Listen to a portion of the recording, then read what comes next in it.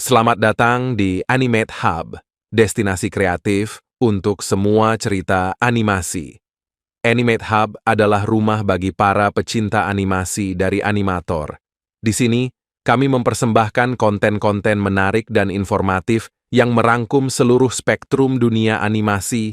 Saksikan proyek-proyek animasi kreatif dari komunitas kami.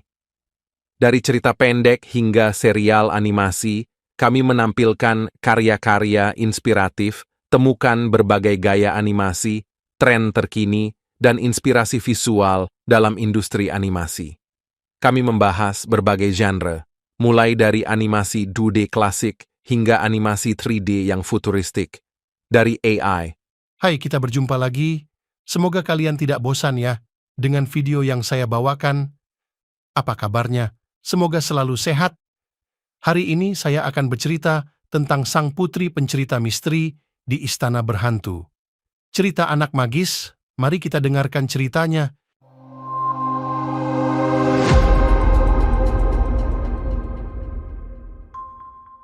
Di tengah kerajaan yang dipenuhi dengan pesona dan misteri, hiduplah seorang putri berjiwa pencerita bernama Isabella. Putri yang senang bercerita ini dikenal luas di seluruh kerajaan sebagai sang putri pencerita. Isabella memiliki bakat khusus untuk memikat pendengar dengan cerita-ceritanya yang magis dan menggugah imajinasi.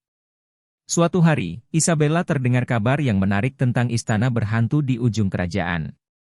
Konon, istana itu dihuni oleh roh-roh misterius yang haus akan cerita.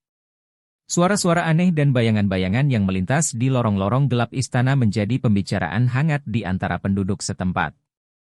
Sang putri pencerita, yang tak pernah takut pada misteri, merasa seolah-olah ada panggilan yang memintanya untuk menyelidiki kebenaran di balik kabar tersebut. Dengan buku catatannya yang tebal dan penuh dengan kisah-kisah magis, Isabella memasuki gerbang istana berhantu pada malam yang gelap. Cahaya bulan bersinar redup di langit, menciptakan aura misterius di sekelilingnya. Isabella merasakan kehadiran energi magis yang begitu kuat di udara, tetapi rasa penasaran dan keberanian membimbing langkahnya. Isabella menjelajahi lorong-lorong yang sepi dan kamar-kamar yang jarang terjamah.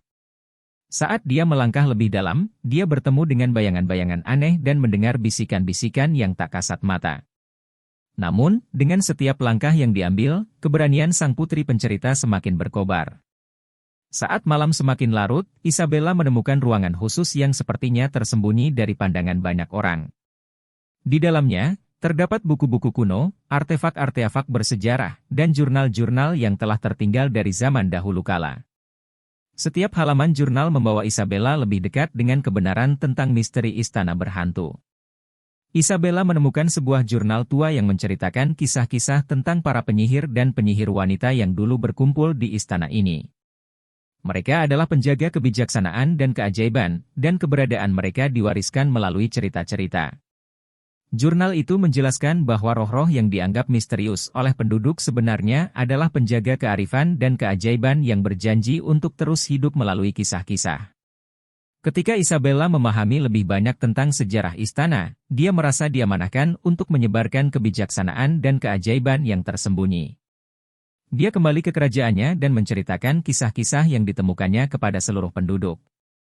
Ceritanya memikat hati mereka, dan misteri istana berhantu menjadi lebih dari sekadar kisah horor, melainkan bagian yang indah dari warisan kerajaan.